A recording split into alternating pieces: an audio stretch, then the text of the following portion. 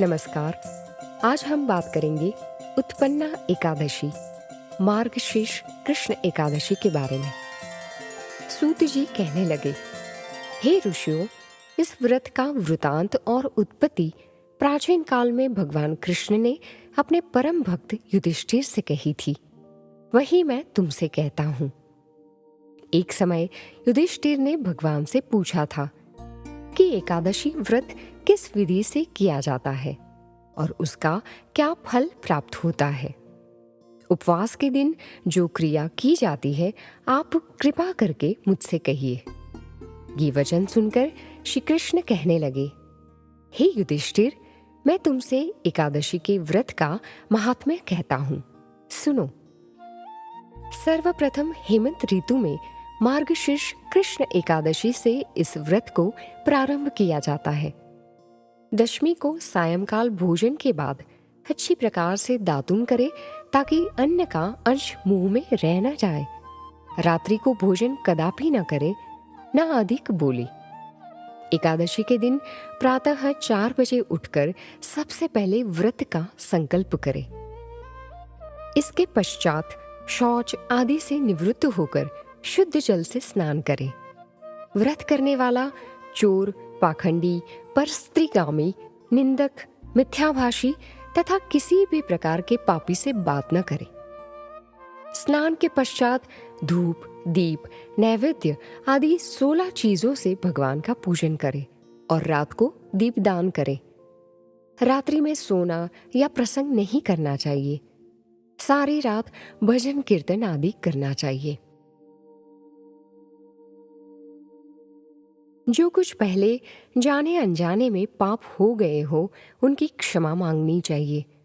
धर्मात्मा पुरुषों को कृष्ण और शुक्ल दोनों पक्षों की एकादशियों को समान समझना चाहिए। जो मनुष्य ऊपर लिखी विधि के अनुसार एकादशी का व्रत करते हैं, उन्हें शंखोद्वार तीर्थ में स्नान करके भगवान के दर्शन करने से जो फल प्राप्त होता है, वो एकादशी व्रत के 16वें भाग के भी समान नहीं है। व्यतिपात के दिन दान देने का 1,00,000 गुना फल होता है। संक्रांति से 4,00,000 गुना तथा सूर्य चंद्र ग्रहण में स्नान दान से जो पुण्य प्राप्त होता है, वही पुण्य एकादशी के दिन व्रत करने से मिलता है। अश्वमेघ यज्ञ करने से 100 गुना तथा 1,00,000 तपस्वियों को 60 वर्ष तक भोजन कराने से 10 गुना, 10 ब्राह्मणों अथवा 100 ब्रह्मचारियों को भोजन कराने से 1000 गुना पुण्य भूमि दान करने से होता है। उससे 1000 गुना पुण्य कन्यादान से प्राप्त होता है। इससे भी 10 गुना पुण्य विद्यादान करने से होता है और विद्यादान से 10 गुना पुण्य भूखे को भोजन कराने से होता है। अन्नदान के समान इस संसार में कोई ऐसा कार्य नहीं जिससे देवता और पितृ दोनों तृप्त होते हों, परंतु एकादशी के व्रत का पुण्य सबसे अधिक होता है। 1000 यज्ञों से भी अधिक इसका फल होता है। इस व्रत का प्रभाव देवताओं को भी दुर्लभ है। रात्रि को भोजन करने वाले को उपवास का आधा फल मिलता है और दिन में एक बार भोजन करने वाले को भी आधा ही फल प्राप्त होता है। जबकि निर्जल व्रत रखने वाले का महात्म्य तो देवता भी वर्णन नहीं कर सकते। युधिष्ठिर कहने लगे कि हे भगवान, आपने हजारों यज्ञ और 1,00,000 गौदान को भी एकादशी व्रत के बराबर नहीं बताया, सो ये तिथि सब तिथियों में से उत्तम कैसे हुई, बताइए। भगवान कहने लगे, हे युधिष्ठिर, सतयुग में मूर नाम का दैत्य उत्पन्न हुआ। वो बड़ा बलवान और भयानक था। उस प्रचंड दैत्य ने इंद्र, आदित्य, वसु, वायु, अग्नि आदि सभी देवताओं को पराजित करके भगा दिया। तब इंद्र सहित सभी देवताओं ने भयभीत होकर भगवान शिव से सारा वृतांत कहा और बोले, हे कैलाशपति, मूर दैत्य से भयभीत होकर सब देवता मृत्यु लोक में फिर रहे हैं। तब भगवान शिव ने कहा, हे देवताओं, तीनों लोकों के स्वामी, भक्तों के दुखों का नाश करने वाले भगवान विष्णु की शरण में जाओ। वे ही तुम्हारे दुखों को दूर कर सकते हैं। शिव जी के ऐसे वचन सुनकर सभी देवता क्षीर सागर में पहुंचे। वहां भगवान को शयन करते देख हाथ जोड़कर उनकी स्तुति करने लगे कि हे देवताओं द्वारा स्तुति करने योग्य प्रभु, आपका बारंबार नमस्कार है। देवताओं की रक्षा करने वाले मधुसूदन, आपको नमस्कार है। आप हमारी रक्षा करें। दैत्यों से भयभीत होकर हम सब आपकी शरण में आए हैं। आप इस संसार के कर्ता, माता पिता, उत्पत्ति और पालन करता और संहार करने वाले हैं, सबको शांति प्रदान करने वाले हैं। हे भगवन, दैत्यों ने हमको जीतकर स्वर्ग से भ्रष्ट कर दिया है और हम सब देवता इधर उधर भागे भागे फिर रहे हैं। आप उन दैत्यों से हम सब की रक्षा करें। इंद्र के ऐसे वचन सुनकर भगवान विष्णु कहने लगे कि हे इंद्र, ऐसा मायावी दैत्य कौन है जिसने सब देवताओं को जीत लिया है? उसका नाम क्या है? उसमें कितना बल है और किसके आश्रय में है तथा उसका स्थान कहाँ है? ये सब मुझसे कहो। भगवान के ऐसे वचन सुनकर इंद्र बोले, भगवन, प्राचीन समय में एक नाड़ी जंग नामक राक्षस था। उसके महापराक्रमी और लोक विख्यात मूर नाम का एक पुत्र हुआ।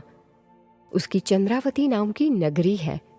उसी ने सब देवताओं को स्वर्ग से निकालकर वहां अपना अधिकार जमा लिया है। उसने इंद्र, अग्नि, वरुण, यम, वायु, ईश, चंद्रमा, नैऋत आदि सबके स्थान पर अधिकार कर लिया है। सूर्य बनकर स्वयं ही प्रकाश करता है, स्वयं ही मेघ बन बैठा है और सबसे अजेय है। हे असुर निकंदन, उस दुष्ट को मारकर देवताओं को अजेय बनाइए। ये वचन सुनकर भगवान ने कहा, हे देवताओं, मैं शीघ्र ही उसका संहार करूंगा। तुम चंद्रावती नगरी जाओ।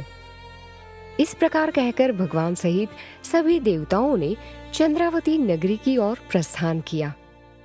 उस समय दैत्यमूर सेना सहित युद्ध भूमि में गरज रहा था। उसकी भयानक गर्जना सुनकर सभी देवता भय के मारे चारों दिशा में भागने लगे। जब स्वयं भगवान रणभूमि में आए तो दैत्य उन पर भी अस्त्र शस्त्र आयुध लेकर दौड़े। भगवान ने उन्हें सर्प के समान अपने बाणों से बिंध डाला। बहुत से दैत्य मारे गए, केवल मूर बचा रहा।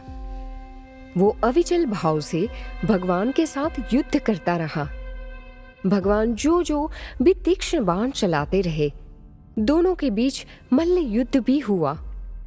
10,000 वर्ष तक उनका युद्ध चलता रहा, किंतु मूर नहीं हारा। थककर भगवान बद्रिकाश्रम चले गए। वहां हेमवती नामक सुंदर गुफा थी। उसमें विश्राम करने के लिए भगवान उसके अंदर प्रवेश कर गए। ये गुफा 12 योजन लंबी थी और उसका एक ही द्वार था।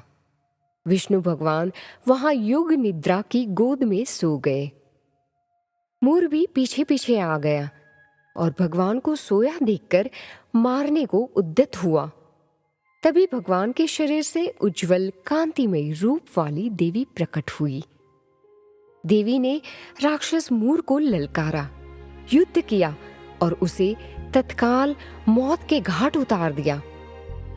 श्री हरि जब योग निद्रा की गोद से उठे तो सब बातों को जानकर उस देवी से कहा कि आपका जन्म एकादशी के दिन हुआ है, अतः आप उत्पन्ना एकादशी के नाम से पूजित होगी।